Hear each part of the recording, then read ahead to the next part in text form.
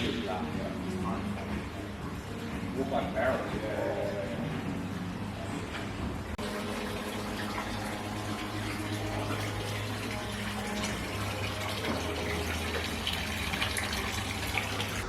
are your forearms so thick? I don't understand. Genetics and consistency. Pull up. Expect of yourself for 2023 instead of a goal. What's your expectation when you go to bed?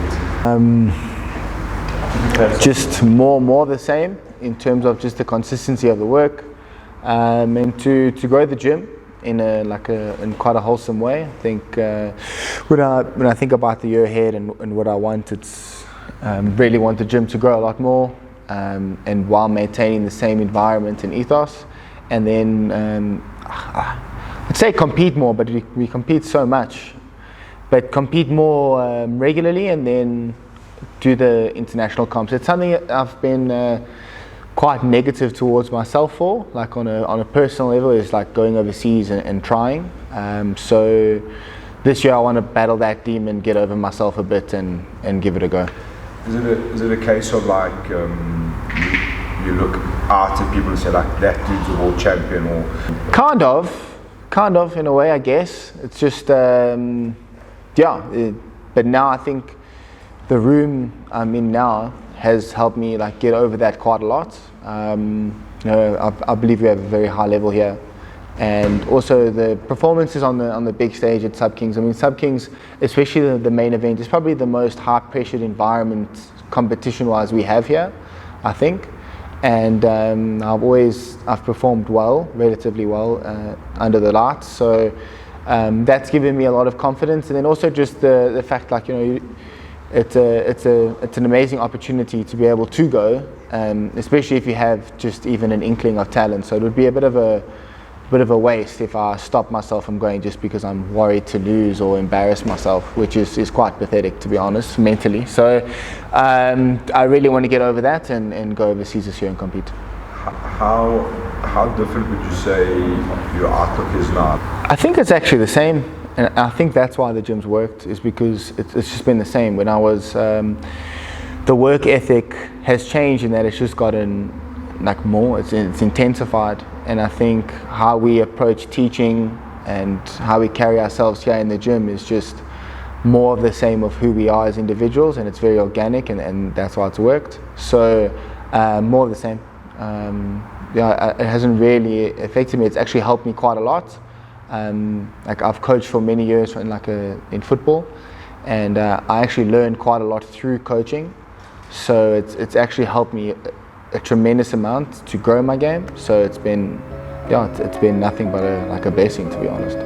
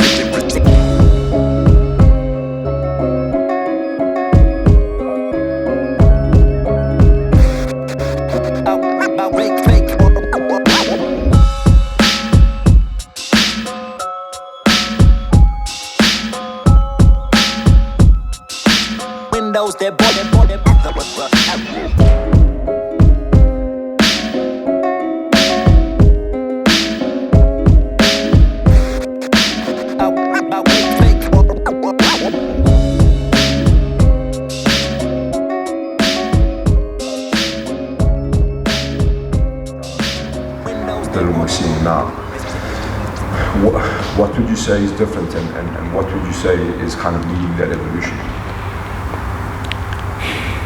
I think the self-belief is quite a big one. When I had a match against Cedric, everyone I've rolled against has been like a higher rank and higher belt, which has also been like quite a mental factor. But when I rolled against Cedric, it was kind of like, what am I kind of doing here? Did they run out of people to select, or? And then obviously the performances spoke for themselves, I guess. And then going into lockdown in the garage, and then now this environment with Johan and Chris, I think the evolution has just been a lot of that self-belief in terms of actually gaining some, being able to hang with like some of the best guys you have access to, and yeah, in that transition period between gyms and lockdown, and that I was exposed to literally the best guys around, you know, in Manny, in rolling at FFM with Rich, and the room there, like we were very hospitable. Like when you go and you roll with all the best guys that everyone talks about, and then you do well, and you like keep getting invited back, and you know it's very difficult to not then actually develop some self-belief. So that's been the key part, and just the environment we have. Again, like it's something I'm going to speak about quite a lot probably in all these answers, but it's an environment conducive to growth and learning, and that's also been a huge factor. How do you deal with the notoriety that you acclaimed in the jiu-jitsu space? I mean, you're one of the guys that everybody will know on the card when they see your name, you know? So like, how do you deal with that, and how does that translate to pressure every time you go out to perform? What notoriety? No, I'm kidding.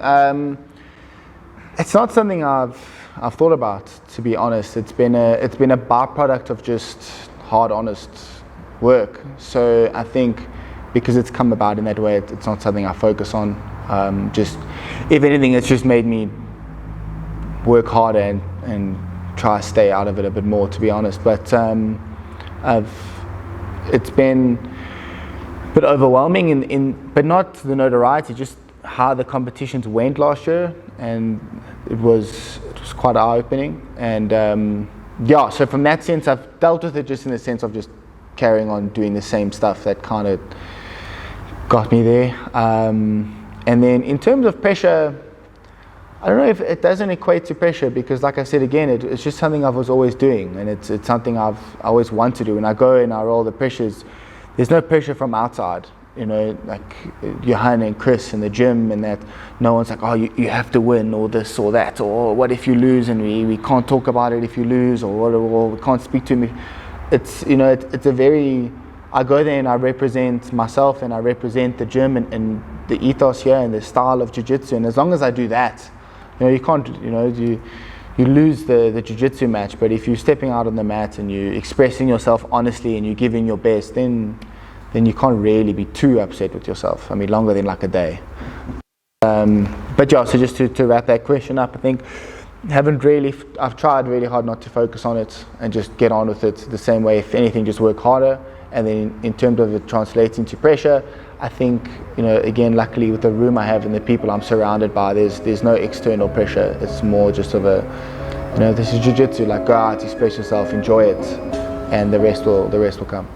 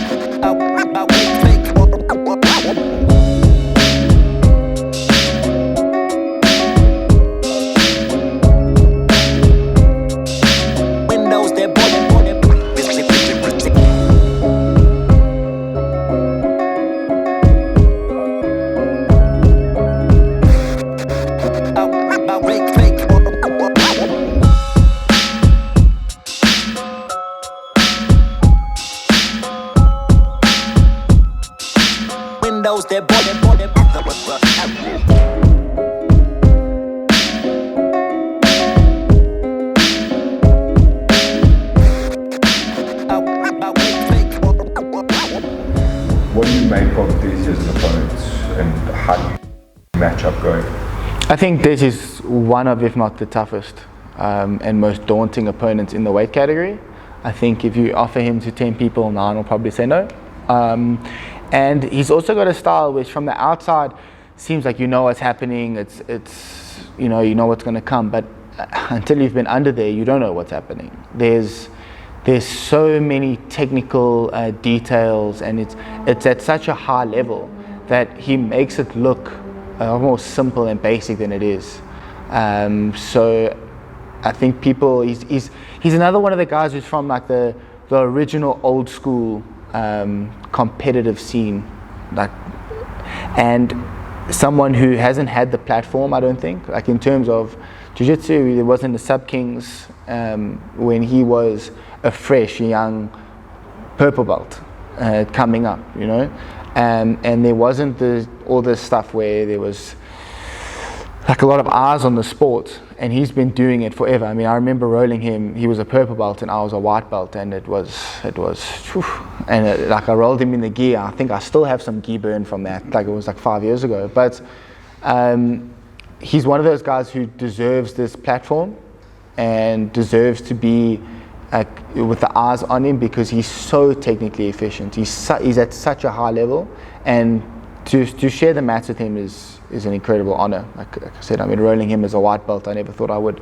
get a purple belt. Never mind now being able to share the mats with someone like him. I think in terms of how the match is going to go, I don't know.